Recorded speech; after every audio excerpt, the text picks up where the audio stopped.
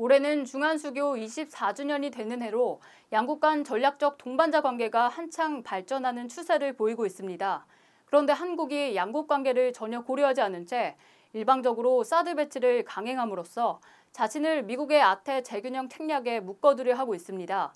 이에 따라 양국 간의 상호 신뢰와 협력에 큰 영향을 주고 양국의 전략적 동반자 관계에 기반을 파괴하고 양 국민의 친선 관계에 큰 손상을 주게 됩니다. 한국政府首先失信于本国国民. 한국 정부는 우선 자국 국민에게 신용을 잃었습니다. 사드 배치를 결정하는 전 과정에 한국 정부는 국민에게 가장 기본적인 정보를 전달한 적이 없고 공개 토론을 한 적도 없습니다.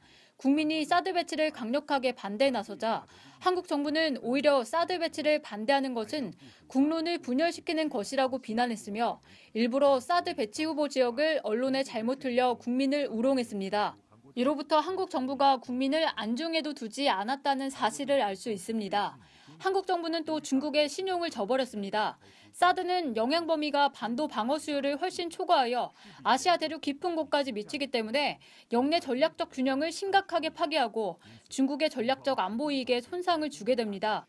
때문에 중국은 지금까지 동북아 지역에 사드를 배치하는 것을 반대해왔고 한국 정부도 이 점을 잘 알기 때문에 중국과 협상을 하겠다고 약속했습니다. 그러나 한국은 올 3월부터 미국과 함께 사드 배치에 대한 연구를 추진하면서도 대외로는 계속 비밀에 붙였습니다. 그러다가 7월 5일 한국 언론은 한미양국이 사드 배치 시간과 지점에 대해 합의를 달성했다고 보도했고 그럼에도 국방부 대변인은 이를 부인했습니다.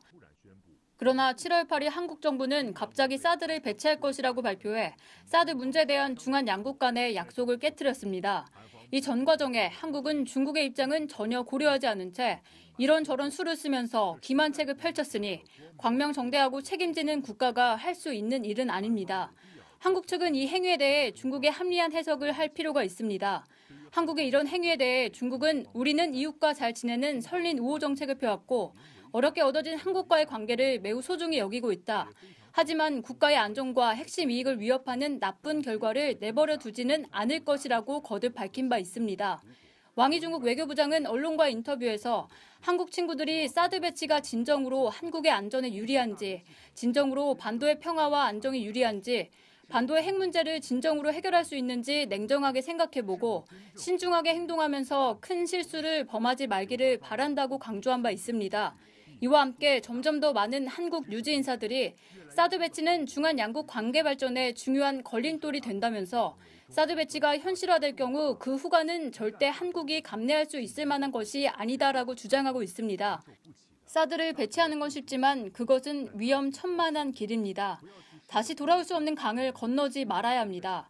사드 배치는 큰 잘못이며 벼랑 끝에서 고삐를 당겨 말을 세우는 것, 즉 사드 배치를 즉각 철회하는 것만이 화를 자초하지 않는 옳은 길입니다.